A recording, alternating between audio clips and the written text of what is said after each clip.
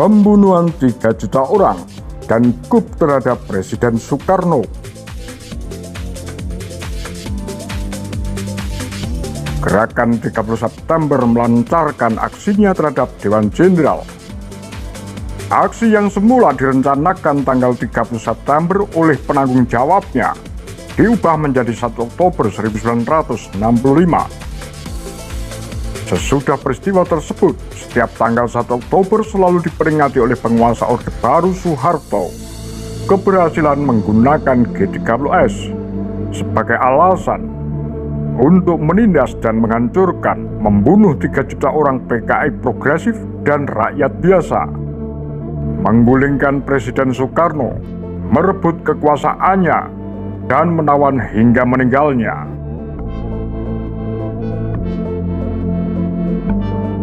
Peristiwa besar ini mempunyai pengaruh yang besar dan dalam, bukan hanya pada waktu itu, tetapi juga sampai saat ini. Bukan hanya secara nasional, tetapi juga internasional. Ia mengubah jalan, arah revolusi, sejarah Indonesia, dari arah mencapai Indonesia merdeka yang demokratis, menjadi Indonesia yang militeris, fasistis. Namun sampai hari ini, di Indonesia masih belum jelas benar apakah peristiwa itu sebenarnya, siapakah aktor yang berdiri di belakangnya, dan apakah peranan Jenderal Soeharto. Dalam menelaah peristiwa besar ini tidak dapat melepaskan dari situasi politik secara internasional, yaitu Perang Dingin.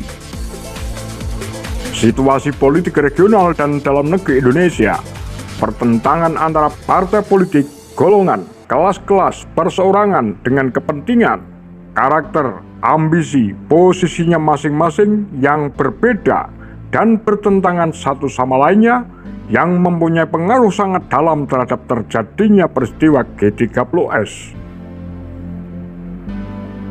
Banyak orang dari berbagai kelompok kepentingan memainkan peranan berbeda, bahkan bertentangan satu sama lain. Salah satu peranan besar yang mempunyai pengaruh menentukan bangsa ini ialah peranan Jenderal Soeharto. Peran apakah yang dimainkan oleh Jenderal Soeharto? Terutama pada malam menjelang 1 Oktober 1965 tersebut. Maka marilah kita simak kembali pembelaan Kolonel Latif di depan Mahkamah Militer Tinggi II Jawa bagian Barat pada tahun 1978.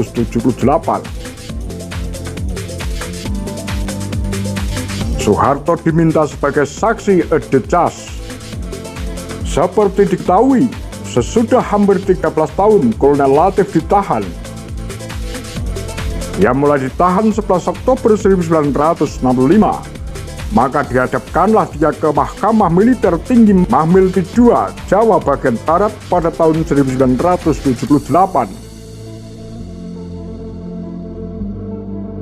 Dalam jawaban Kolonel Latif terhadap tanggapan Auditor Militer Tinggi pada eksepsi tertuduh dan pembela tanggal 6 Mei 1978, antara lain dikemukakan bahwa Jenderal Soeharto terlibat di dalamnya dan 2 persoalan pokok. 1. Jenderal Soeharto terlibat langsung dalam G30S. 2. Jenderal Soeharto kemudian memimpin langsung penggulingan Presiden Soekarno dan pemerintahannya. Mengenai keterlibatan langsung Jenderal Soeharto dalam G30S, seperti dikemukakan Kolonel Latif di atas, menjadi lebih jelas dengan membaca surat Kolonel Latif tertanggal 9 Mei 1978 yang ditujukan kepada Ketua Mahmil II Jawa bagian Barat mengenai permohonan tambahan saksi. Saksi yang dimaksudkan saksi edecas. Saksi yang dimaksud adalah kesaksian Jenderal Soeharto. Kolonel Latif antara lain mengatakan, demi terciptanya hukum yang adil dan tidak memihak, sesuai dengan Undang-Undang Nomor 14 Tahun 1970, Pasal 5.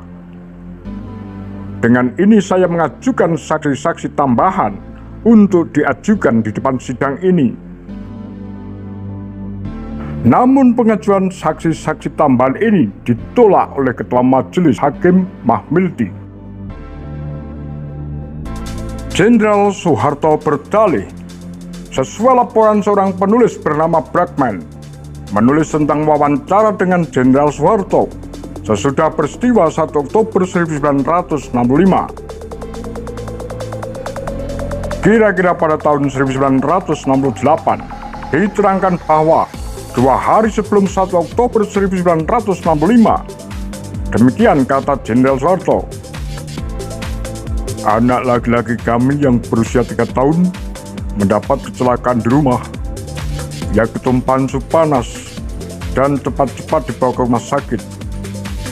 Banyak kawan-kawan yang datang menjenguk anak saya di malam tanggal 30 September 1965. Saya juga berada di situ.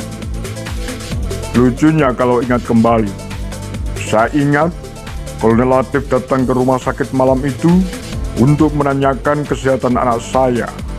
Saya terharu atas keprihatinannya.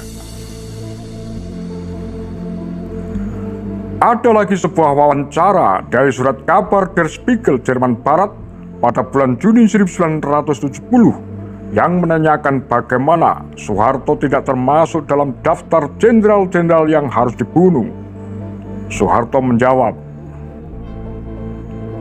kira-kira jam 11 malam itu, Kolonel Latif dan komplotannya datang ke rumah sakit untuk membunuh saya. Tapi nampaknya ia tidak melaksanakan, berhubung kekhawatirannya melakukan di tempat umum. Dalih Jenderal Soeharto yang bohong itu, yang kepada Brackman menyatakan kedatangan Latif 30 September malam hanya untuk mengecek, kepada Der Spiegel kedatangan Latif untuk membunuh.